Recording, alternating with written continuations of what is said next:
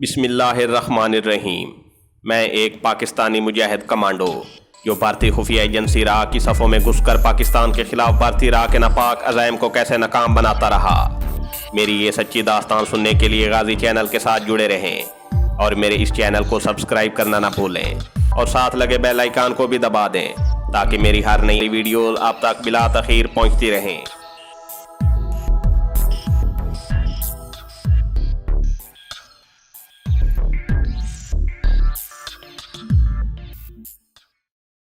दो तीन मिनट इसी तरह बैठने के बाद मैं सबकी नज़रें बचाकर गिलास में से ताड़ी ज़मीन पर अंडेल दी। गिलास वहीं रहने दिया और उठकर वहाँ से कस्बे की तरफ चल पड़ा।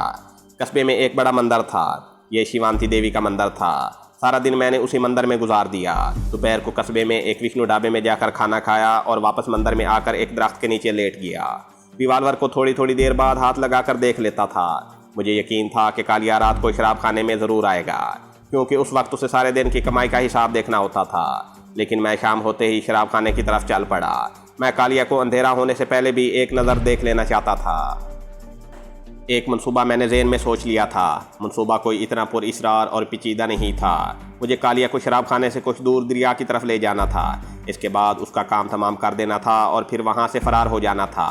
सूरज ग़ुरूब हो चुका था। शाम को हल्का हल्का अंधेरा फैल रहा था। जब मैं कालिया के शराब खाने में आया, मैं एक तरफ होकर दूसरे शराबियों के पास बैठ गया और सिगरेट पीते हुए सर को भी कभी कभी यूँ हिलाने लगता जैसे मैं नशे में हूँ। अभी तक मुझे शराब खाने वाले झोंपड़े के अंदर और बाहर कालिया बदमाश की शक्ल नज़र नहीं आई थी। रात हो गई तो झोंपड़े के अंदर और बाहर मिट्टी के तेल की दो लालटेनें रोशन कर दी गईं। काफ़ी इंतज़ार करने के बाद मैंने देखा कि कस्बे की तरफ से आने वाली कच्ची सड़क पर एक मोटरसाइकिल सवार चला आ रहा है। मोटरसाइकिल की बत्ती रोशन थी। मोटरसाइकिल शराब खाने की एक तरफ आकर रुकी। बत्ती बुझी और एक दरमियाने जिस्म का आदमी जिसने खद्दर का कुर्ता पजामा पहना हुआ था, हाथ में चमड़े का पुराना थैला उठाए मोटरसाइकिल से उतरकर शराब खाने की झोंपड़ी की तरफ आया। उसे आता देखकर झोंपड़ी से एक आदमी ने आगे बढ़कर उसका बैग ले लिया। जब ये आदमी लालटेन की रोशनी में आया तो मैंने उसे पहचान लिया। ये कालिया ही था। बिल्कुल वो शक्ल थी जिसकी शक्ल फ़ोटो मेरे पास मौजूद थी। वो झोंपड़ी में दाखिल हो गया। तख्त के पास खड़े होकर उसने शराब के ड्रम का ढक्कन उठाकर देखा। जो आदमी गद्दी पर बैठा था उससे दो तीन बातें की और झोंपड़ी के बाहर लोहे की कुर्सी पर आकर बैठ गया और जेब से सिगरेट का पैकेट निकालकर एक सिगरेट सुलगा लिया। मुसलमानों के इस कातिल को मैंने पहचान लिया था। अब मुझे अपने मंसूबे पर अमल करते हुए उसे दरिया की तरफ ले जाना था। मैंने काफ़ी गौर किया। उसे दरिया की तरफ अकेले ले जाना मुझे मुश्किल नज़र आने लगा, क्योंकि दो आदमी उसके दाएं बाएं ज़मीन पर चौकस होकर बैठे थे। ये कालिया के बॉडीगार्ड लगते थे। मैं दरख्त के पीछे घास पर एक खाली आब कोरा लिए सामने बैठा रहा और शराबी होने की अदाकारी करता रहा, ताकि अगर कोई दूर से देखे तो यही समझे कि शराबी गाहक है। मेरा दिमाग एक और मंसूबे पर सोच विचार कर रहा था। कालिया मोटरसाइकिल पर सवार होकर कस्बे से आया था। उसे वापस भी जाना था और शायद उसी मोटरसाइकिल पर वापस जाए। कस्बा वहाँ से दूर था और कच्ची सड़क पर अंधेरा था। मैं अगर उस कच्चे रास्ते में किसी जगह छुपकर कालिया की वापसी का इंतज़ार करूँ तो अपने मकसद में कामयाब हो सकता था। अगर फ़र्ज़ कर लिया कि कालिया रात को मोटरसाइकिल पर कस्बे में वापस नहीं जाता और शराब खाने में ही सो जाता है, फिर मैं दूसरी रात का इंतज़ार कर सकता था। लेकिन उसे बातों में लगाकर या कोई चक्कर देकर दरिया की तरफ ले जाना इतना आसान काम नहीं था। जबकि मैं देख रहा था कि उसके दो बॉडीगार्ड दाएं बाएं बैठे हुए थे। मैंने अपनी स्कीम पर दो तीन बार गौर किया। आखिर मेरे दिमाग ने उसके हक़ में फ़ैसला दे दिया। मैं खामोशी से उठा और कस्बे की तरफ जाने वाली सड़क पर आकर शराबियों की तरह डोलते हुए रवाना हो गया। जब अंधेरे में आ गया तो सही तरीके से चलने लगा।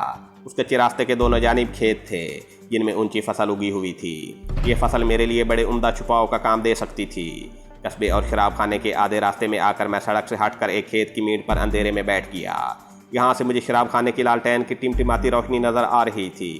मैंने रिवाल्वर निकालकर अंधेरे में उसे गौर से देखा। ये पहले से भरा हुआ था। मुझे यकीन था कि ये मुझे धोखा नहीं देगा। मैं उसे एक फायर करके चेक नहीं कर सकता था। ये मेरी मजबूरी थी। वहाँ इतने ज़ोर के धमाके की आवाज़ सुनकर कालिया के लोग ज़रूर उस तरफ आ जाते। मुझे हर हालत में खेत में बैठकर अपने शिकार का इंतज़ार करना था। खा वो रात के 1 बजे आए, खा 2 बजे आए, और ये भी हो सकता था कि वो ना आए और रात को शराब के डेरे पर ही सो जाए। आसमान पर बादल थे, क्योंकि एक भी तारा दिखाई नहीं देता था। हवा भी चल रही थी। खामोशी छाई हुई थी। कस्बे की तरफ से किसी किसी वक्त एक कुत्ते के भौंकने की आवाज़ आ जाती थी। बैठे बैठे मैं थक गया तो उठकर कच्ची सड़क के किनारे टहलने लगा। टहलते टहलते बेजार हो गया। वापस खेत किनारे मीन पर बैठ गया। एहतियात के तौर पर सिगरेट भी नहीं सुलगाता था कि माचिस की रोशनी में कोई देखकर उस तरफ ना आ जाए। कलाई पर लगी हुई घड़ी को आंखों के करीब लाकर गौर से देखने की कोशिश करता। ये घड़ी ऐसी थी कि जिसकी सुइयां चमकती नहीं थीं। कुछ पता नहीं चल रहा था कि रात कितनी गुजर चुकी है। हवा जरा थमी तो मच्छरों ने तंग करना शुरू कर दिया। मच्छरों से बचने के लिए दोबारा उठकर टहलने लगा। अचानक दूर से मोटरसाइकिल स्टार्ट होने की दबी दबी आवाज़ आई। मेरे जिस्म में खुशी की लहर दौड़ गई। ये आवाज़ कालिया की मोटरसाइकिल ही की हो सकती थी। वो कस्बे की तरफ वापस आ रहा था। मैं तैयार हो गया। रिवाल्वर मैंने कमीज़ के अंदर इस तरह छुपा लिया कि वक्त आने पर हाथ ज़रा नीचे ले जाकर बड़ी आसानी से निकाल सकता था। इसकी मैंने 3-4 बार रिहर्सल भी कर ली। अब दूर से मुझे मोटरसाइकिल की लाइट की रोशनी नज़र आने लगी। इंजन की फटफट भी करीब आ रही थी। मुझे इस बात की भी तस्दीक करनी थी कि मोटरसाइकिल पर कालिया ही सवार है, उसका कोई बॉडीगार्ड सवार नहीं है। मोटरसाइकिल कच्ची सड़क पर चली आ रही थी। मैं धड़कते दिल के साथ उसकी रोशनी को करीब से करीब आते देख रहा था। जब रोशनी काफ़ी करीब आ गई तो मैं खेतों में से निकलकर सड़क के दरमियान में आकर हाथ जोड़कर खड़ा हो गया और ऊंची आवाज़ में दुहाई देने लगा, कालिया भाई मुझे बचा लो, कामई के बदमाश मेरी बेटी को उठाकर ले गए हैं। कालिया भाई राम का वास्ता देता हूँ, मुझे बचा लो। मुझ पर मोटरसाइकिल की पूरी रोशनी पड़ रही थी। मोटरसाइकिल मेरे करीब आकर रुक गई। मैंने उस रोशनी में देखा कि मोटरसाइकिल पर कालिया ही सवार था। उसने इंजन बंद कर दिया और पूछा, क्यों बे, क्यों शोर मचा रहा है? मैंने कहा, कालिया भाई कामई के बदमाश मेरी कन्या को उठा कर ले गए हैं, मेरी इज्जत बचा लो कालिया भाई, मैं तुम्हें भगवान का वास्ता देता हूँ। कालिया ने मुझे गाली देकर कहा, अबे क्यों चीख रहा है, किस तरफ गए हैं वो बदमाश? मैंने रोते हुए कहा, बल्कि रोने की अदाकारी करते हुए कहा, स्टेशन की तरफ गए हैं कालिया भाई। उसने मुझे झिड़क कर कहा, चल मेरे पीछे बैठ, देखता हूँ ये कामई के बदमाश कौन है साले, बैठ जा पीछे, राम तुम्हारा भला करे, राम तुम्हारा भला करे। ये कहता हुआ मैं मोटरसाइकिल के पीछे आ गया। पीछे आते ही मैंने कुर्ते के नीचे हाथ डालकर रिवाल्वर निकाला और उसकी नाली कालिया की खोपड़ी के साथ लगाकर फायर कर दिया। मैं कुर्बान जाऊं अपने पुराने रिवाल्वर के। उसने मुझे बिल्कुल धोखा न दिया। एक धमाका हुआ, मेरे हाथ को झटका लगा और कालिया मोटरसाइकिल पर से एक तरफ गिर पड़ा। मोटरसाइकिल का इंजन स्टार्ट था, उसकी बत्ती जल रही थी। मोटरसाइकिल एक तरफ को लुढ़क गया था। मैंने उसे उठाकर सीधा किया। मैंने मोटरसाइकिल को उठाकर सीधा किया, उस पर सवार हुआ और गियर लगाकर पूरी रफ्तार से उसे गांव की तरफ दौड़ाने लगा। कस्बे के करीब आकर मैंने उसकी बत्ती बुझा दी और उसका रुख रेलवे स्टेशन की तरफ कर दिया। रेलवे स्टेशन पर वीरानी छाई हुई थी। उस वक्त वहाँ कोई ट्रेन वगैरह नहीं थी। मैंने मोटरसाइकिल रेलवे लाइन के साथ साथ पीछे को जाती पगडंडी पर डाल दी। मैं बसावल की जानिब जितनी दूर निकल सकता था निकल जाना चाहता था। मैंने टारगेट मार लिया था और उस कातिल की खोपड़ी उड़ा दी थी जिसने बेगुनाह मुसलमानों को बेदर्दी से कत्ल किया था और मासूम मुसलमान औरतों की बेहुरमती की थी। अब मुझे वहाँ से फरार होना था, क्योंकि रिवाल्वर के धमाके की आवाज़ कालिया के शराब के अड्डे तक ज़रूर गई होगी और कालिया के बॉडीगार्ड समझ गए होंगे कि ये रिवाल्वर या पिस्तौल का फायर था। वो ज़रूर उस तरफ को दौड़ पड़े होंगे जिस तरफ से फायर की आवाज़ आई थी। सड़क पर कालिया की लाश पड़ी थी जो उन्हें ज़रूर नज़र आ जाती। मोटरसाइकिल गायब होने से उन्हें साफ मालूम हो जाता कि कातिल उनके सरगना को कत्ल करके उसके मोटरसाइकिल पर फरार हो गया है। यह सारा वीरान इलाका था, कोई बड़ा शहर करीब नहीं था। मुझे उस मोटरसाइकिल की आवाज़ से भी निजात हासिल करनी थी और इसके ज़रिए वारदात की जगह से ज़्यादा दूर भी निकल जाना चाहता था। मोटरसाइकिल कच्चे रास्ते पर उछलती हुई जा रही थी। उसकी रफ्तार गड़ों की वजह से कम हो गई थी। रेलवे लाइन के साथ नीचे झाड़ियों में कोई सड़क तो होती नहीं। पैदल चलने वालों की वजह से एक पगडंडी बन गई थी। उसके बावजूद मोटरसाइकिल को मजबूती से संभाले उसे जा रहा था। अंधेरे में चीज़ें साफ नज़र भी नहीं आ रही थीं। कुछ दूर चलने के बाद मोटरसाइकिल के सामने अचानक एक दीवार आ गई। मैंने ब्रेक लगा दी, इंजन को बंद कर दिया। उतर कर देखा कि आगे ये पत्थर की एक दीवार थी जिसकी दूसरी जानिब बहुत बड़ी नदी बह रही थी। उसके ऊपर रेलवे लाइन का पुल बना हुआ था। मैं बड़ी मुश्किल से मोटरसाइकिल को चढ़ाई पर धकेल कर रेलवे लाइन पर ले आया। सोचा लाइन के साथ पुल का पैदल रास्ता होगा, उस पर मोटरसाइकिल निकाल कर ले जाऊंगा। रेल की पटड़ी के साथ पैदल चलने के लिए रास्ता ज़रूर नज़र आया, मगर ये रास्ता ऐसा था कि पटड़ी के स्लीपरों में से नीचे बहती हुई नदी का पानी दिखाई दे रहा था। मैंने इरादा बदल लिया। मोटरसाइकिल को ज़रा आगे ले जाकर नदी में लुढ़का दिया। मोटरसाइकिल नदी में गिरी और फिर नज़रों से ओझल हो गई। मैं पटड़ी के साथ संभल कर पाँव रखता हुआ चलने लगा। एक तो रात का अंधेरा, दूसरे लाइन के स्लीपरों के नीचे नदी का जोर शोर से बहता पानी साफ नज़र आ रहा था। ज़रा सा पाँव गलत पड़ने पर नदी में गिर सकता था। खुदा के भरोसे चल रहा था, दूसरा कोई रास्ता नहीं था। पुल काफ़ी बड़ा था, ये नदी भी किसी दरिया की तरह लगती थी। पुल के दरमियान में जाकर मुझे चक्कर सा आ गया। मैं वहीं बैठ गया, आंखें बंद कर लीं और खुदा को याद करने लगा। मैं वहाँ ज़्यादा देर रुक भी नहीं सकता था। कालिया के गुंडे मेरी तलाश में उस तरफ आ सकते थे। 10-15 सेकंड के बाद अल्लाह का नाम लेकर उठा और पटड़ी के स्लीपरों पर फूंक कर कदम रखता हुआ चल पड़ा। खुदा खुदा करके पुल ख़त्म हो गया। मैंने खुदा का शुक्र अदा किया। पीछे मुड़कर थानर कस्बे पर एक निगाह डाली। उस तरफ गहरी खामोशी छाई हुई थी। कस्बे की इक्का दुक्का रोशनियाँ टिमटिमा रही थीं। लगता था किसी को कालिया के कत्ल की अभी तक खबर नहीं हुई। रेल की पटड़ी ज़मीन से ऊंची थी। मैं नीचे उतर आया और तेज़ तेज़ चलने लगा। चलते चलते मेरे ऊपर पानी की बूंदें गिरी। मैंने ऊपर आसमान की तरफ देखा। बूंदें मेरे चेहरे पर भी पड़ी। बूंदाबांदी शुरू हो गई थी। मैं चलता रहा। चाहता था कि कोई स्टेशन आए और गाड़ी मिल जाए तो उसमें बैठकर इस इलाके से निकल जाऊं, या फिर बसावल को जाती कोई बड़ी सड़क मिल जाए, यहाँ किसी ट्रक वगैरह को रुकवा कर उसमें बैठने की कोशिश करूं। आधी रात को लारियां तो नहीं चलती थी, ट्रांसपोर्ट के ट्रक वगैरह ही चलते थे, मगर ना कोई स्टेशन आ रहा था, ना किसी जाने कोई सड़क का निशान मिल रहा था। बूंदाबांदी आहिस्ता आहिस्ता बारिश की शक्ल इख्तियार कर रही थी। रिवाल्वर मैंने दोबारा पजामे के अंदर छुपा कर रख लिया था, जिसकी नाली मेरे पेट से लग रही थी और तेज़ चलने में दिक्कत पेश आ रही थी, मगर मैंने अपनी रफ्तार कम न की। काफ़ी देर तक चलते रहने के बाद मुझे दूर सिग्नल की सुर्ख बत्ती नज़र आई। कोई रेलवे स्टेशन करीब आ रहा था। मैं बड़ा खुश हुआ और ज़्यादा जोश व खरोश के साथ ज़्यादा तेज़ रफ्तारी से चलने लगा। सिग्नल की बत्ती करीब आती गई। उस वक्त बारिश बाकायदा होने लगी थी। मेरे सर के बाल और कपड़े बारिश में भीग रहे थे। मैं रेल की पटड़ी पर चढ़ गया। मैं रेलवे लाइन के स्लीपरों पर नहीं, बल्कि उसके साथ जो पतली सी पगडंडी बनी हुई थी उस पर चल रहा था। बारिश खामोशी से हो रही थी। न बिजली चमक रही थी, न बादल गरज रहे थे। सिग्नल का खंभा मेरी बाएं जानिब पीछे से गुजर गया। स्टेशन के प्लेटफार्म पर कहीं कहीं रोशनी हो रही थी। मैं रेलवे लाइन की तरफ से प्लेटफार्म पर आ गया। हिंदी में प्लेटफार्म के सिरे पर लगे हुए बोर्ड्स पर स्टेशन का नाम लिखा था, जो अंधेरे में मुझसे पूरी तरह पढ़ा नहीं गया था। सिर्फ चंपाली ही पढ़ा गया। उसके आगे भी एक लफ्ज़ था, शायद नगर या नागर था। प्लेटफार्म आधी रात के अंधेरे और बारिश में खाली पड़ा था। मैं दौड़कर प्लेटफार्म के गेट से गुजरकर डेवड़ी में आ गया। यहाँ भी कोई नहीं था। प्लेटफार्म के वस्त में गेट के आगे आधी छत पड़ी हुई थी। यहाँ 2 खाली बेंच पड़े थे। एक बेंच पर एक आदमी अकड़ो बैठा बीड़ी पी रहा था। यहाँ ऊपर बिजली का बल्ब रोशन था। मैंने उससे पूछा, भाई बसावल जाने वाली गाड़ी किस वक्त आएगी? वो कोई रेलवे का ही आदमी लगता था और कहने लगा, कामई से एक गाड़ी थोड़ी देर में पहुंचने वाली है, तुम टिकट ले आओ। मैंने कहा, टिकट वाली खिड़की तो बंद है, वहाँ कोई भी नहीं है। उसने बेनियाजी से कहा, अभी आ जाएगा बाबू।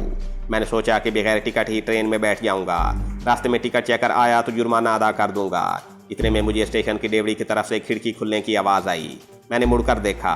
टिकट बाबू ने खिड़की खोलकर बत्ती जला दी थी। मैं तेज तेज चलता गया और टिकट बाबू से कहा, सौरत का एक टिकट दे दें।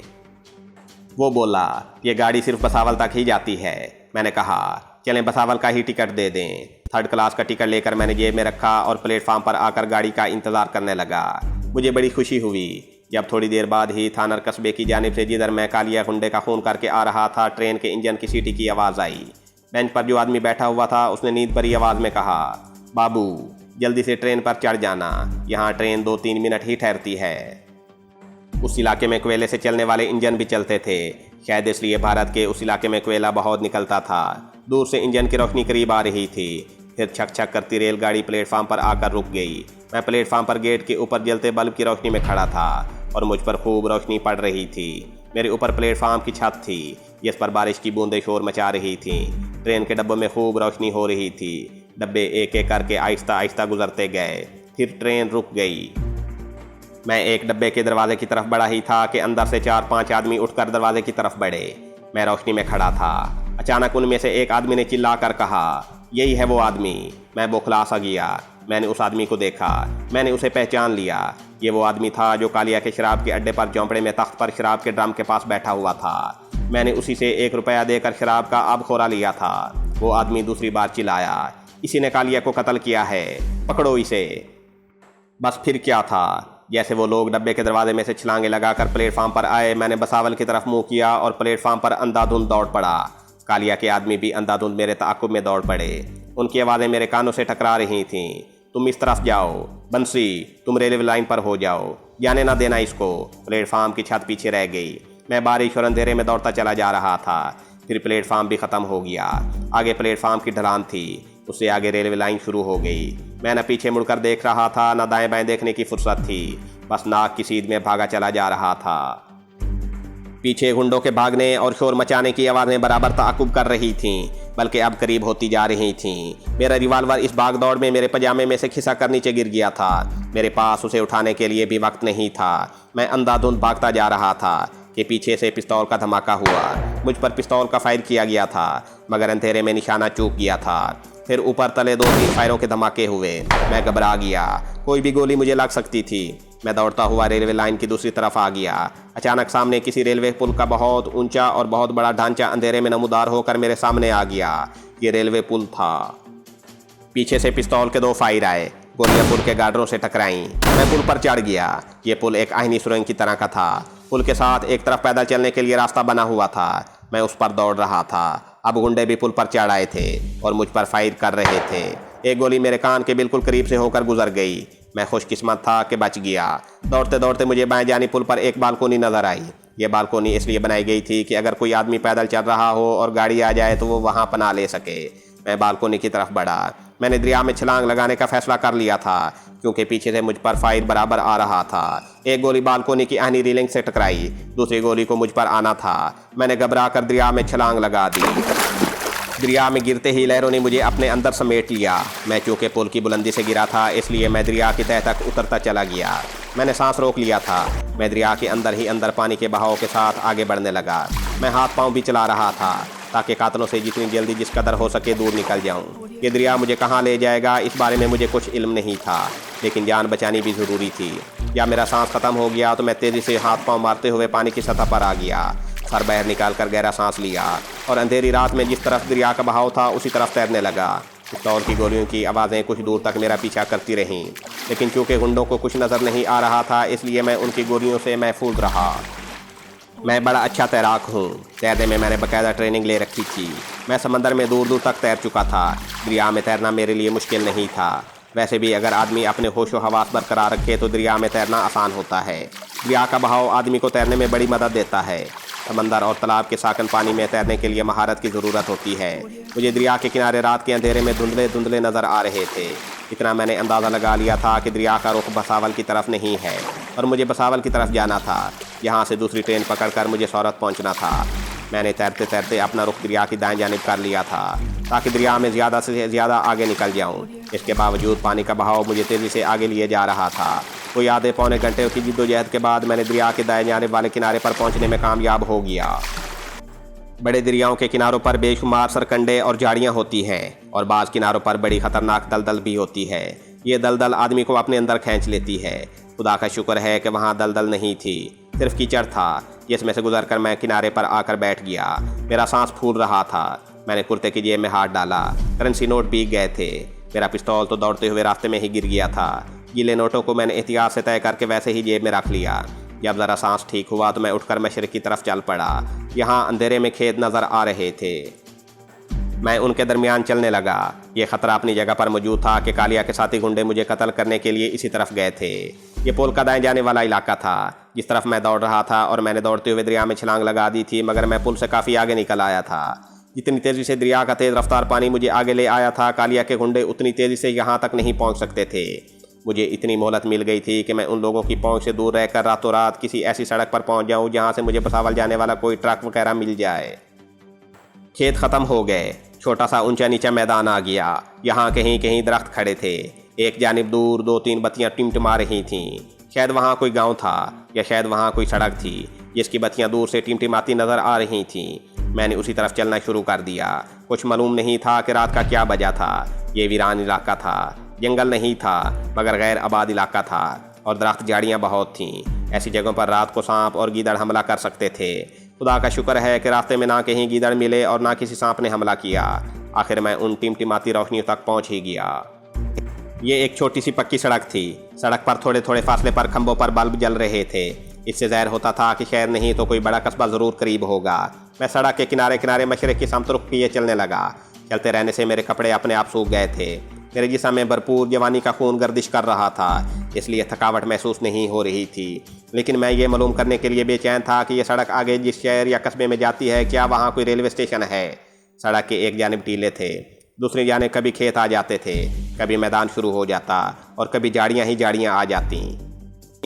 आखिर एक छोटे से शहर की रोशनियाँ नज़र आईं। मैं उन रोशनियों से बचता हुआ शहर की दूसरी तरफ निकल गया। सड़कें बिल्कुल खाली पड़ी थीं। सारा शहर सो रहा था। इतना बड़ा शहर भी नहीं था। मैं किसी ऐसे अड्डे की तलाश में था जहाँ से रात के वक्त ट्रक वगैरह चलते हों। गश्त करती पुलिस और चौकीदारों का ख्याल भी था, कि वो मुझसे पूछेंगे कि मैं कौन हूँ और कहाँ से आया हूँ। मैंने उनको बताने के लिए एक कहानी दिमाग में सोच ली थी। आखिर एक जगह मुझे ट्रक के इंजन के गूं गूं गरर गरर की आवाज़ सुनाई दी। मैं उस तरफ बढ़ा। सड़क के किनारे एक ट्रक खड़ा था। ड्राइवर अंदर बैठा था। दूसरा आदमी बोनट ऊपर उठाए इंजन को ठीक कर रहा था। मैं एक तरफ छुपकर अंधेरे में खड़ा हो गया। सोचने लगा कि इन लोगों से जाकर बात करूं या ट्रक के चलने का इंतज़ार करूं। ट्रक में कोई सामान लदा हुआ था। पीछे जगह खाली नज़र आ रही थी। यही फैसला किया कि जब ट्रक चलने लगेगा तो दौड़कर पीछे सवार हो जाऊंगा। ड्राइवर से क्या फर्जी कहानी बयान करूं। थोड़ी देर बाद दूसरे आदमी ने, जो क्लीनर मालूम होता था, बोनट को ज़ोर से बंद करके उस पर हाथ मारा और ऊंची आवाज़ में कहा, ठीक है गुरु, चलो। क्लीनर अगली सीट पर ड्राइवर के साथ बैठ गया। ट्रक चल पड़ा। मैं अंधेरे में से निकलकर ट्रक की तरफ दौड़ा और चलते ट्रक में सवार हो गया। 1 घंटा ट्रक सड़क पर चलता रहा। पहले सड़क छोटी थी, फिर चौड़ी हो गई। 1 घंटे बाद ट्रक किसी बड़े शहर के मज़ाफ़ात में दाखिल हो गया। मालूम नहीं ये कौन सा शहर था। बहरहाल भसावल नहीं था, क्योंकि भसावल वहाँ से काफ़ी फासले पर वाक़या था। ट्रक अपने अड्डे की तरफ घूमते हुए आहिस्ता हो गया। मैं छलांग लगाकर सड़क पर उतर गया। एक ट्रक पीछे से आकर तेज़ी से मेरे करीब से निकल गया। ये कोई छोटा सा शहर था। हर तरफ रोशनी थी और सड़कें सुनसान पड़ी थीं। नेवन साइन के बोर्ड भी चमक रहे थे, जिनकी इबारतें हिंदी में लिखी थीं। एक नेवन साइन कोका कोला का भी था। मैं खाली सड़क पर बंद कीटों के करीब से गुजरता चला जा रहा था कि एक तरफ से एक आदमी निकलकर सामने आ गया। उसके हाथ में डंडा था। चौकीदार मालूम होता था। उसने मुझसे पूछा कि मैं कहाँ से आ रहा हूँ। मैंने उसे फर्जी कहानी सुना दी और कहा कि अब स्टेशन की तरफ जा रहा हूँ ताकि भुसावल जाने वाली गाड़ी पकड़ सकूँ। उसने एक तरफ इशारा करके कहा, स्टेशन इस तरफ है, ज़्यादा दूर नहीं है, पैदल पहुँच जाओगे। मैंने उसका शुक्रिया अदा किया और जिस तरफ उसने इशारा किया था उस तरफ चलने लगा। स्टेशन छोटा सा था मगर खूब जगमगा रहा था। अफसोस कि मैं उसका नाम भूल गया हूँ। मैंने भुसावल का टिकट ले लिया। गाड़ी मुँह अंधेरे 4 बजे आती थी। टिकट मुझे मिल गया क्योंकि उस वक्त रात के 3 बज रहे थे। गाड़ी के आने में 1 घंटा बाकी था। मैं प्लेटफार्म पर बड़ा मुतात होकर आया, इस ख्याल से कि कहीं कालिया के गुंडे यहाँ मौजूद ना हों, मगर वहाँ कोई नहीं था। प्लेटफार्म खाली पड़ा था। मुसाफिर बेंचों पर और कुछ ज़मीन पर सो रहे थे। मैं एक बेंच के पीछे ज़मीन पर बैठ गया। 1 घंटा मैंने वहीं बैठे बैठे गुजार दिया। ठीक 4 बजे दूर से रेलगाड़ी की आवाज़ आई। ये ट्रेन कामई से आ रही थी। ट्रेन आकर रुकी। मैं बेंच पर पीछे ही बैठा रहा। मैं ये देखना चाहता था कि ट्रेन में से कौन कौन उतरता है। ट्रेन के सारे डब्बों में मुसाफिर सो रहे थे। सिर्फ एक आदमी सर पर गठड़ी रखे उतरा। प्लेटफार्म पर जो मुसाफिर सो रहे थे वो उठ बैठे थे और ट्रेन में सवार हो रहे थे। मैं भी एक डब्बे में बैठ गया। ट्रेन चल पड़ी। भसावल पहुंची तो दिन काफ़ी निकल आया था। भसावल से मैंने सौरत जाने वाली गाड़ी पकड़ी और दिन के 11 बजे सौरत पहुंच गया। रिक्शा लेकर शहर सेना के दफ्तर में पहुंचा तो ऑफिस सेक्रेटरी ने मेरी तरफ किसी कदर हैरानी से देखा और पूछा, धर्मचंद, तुम इतनी जल्दी आ गए बड़ौदा से?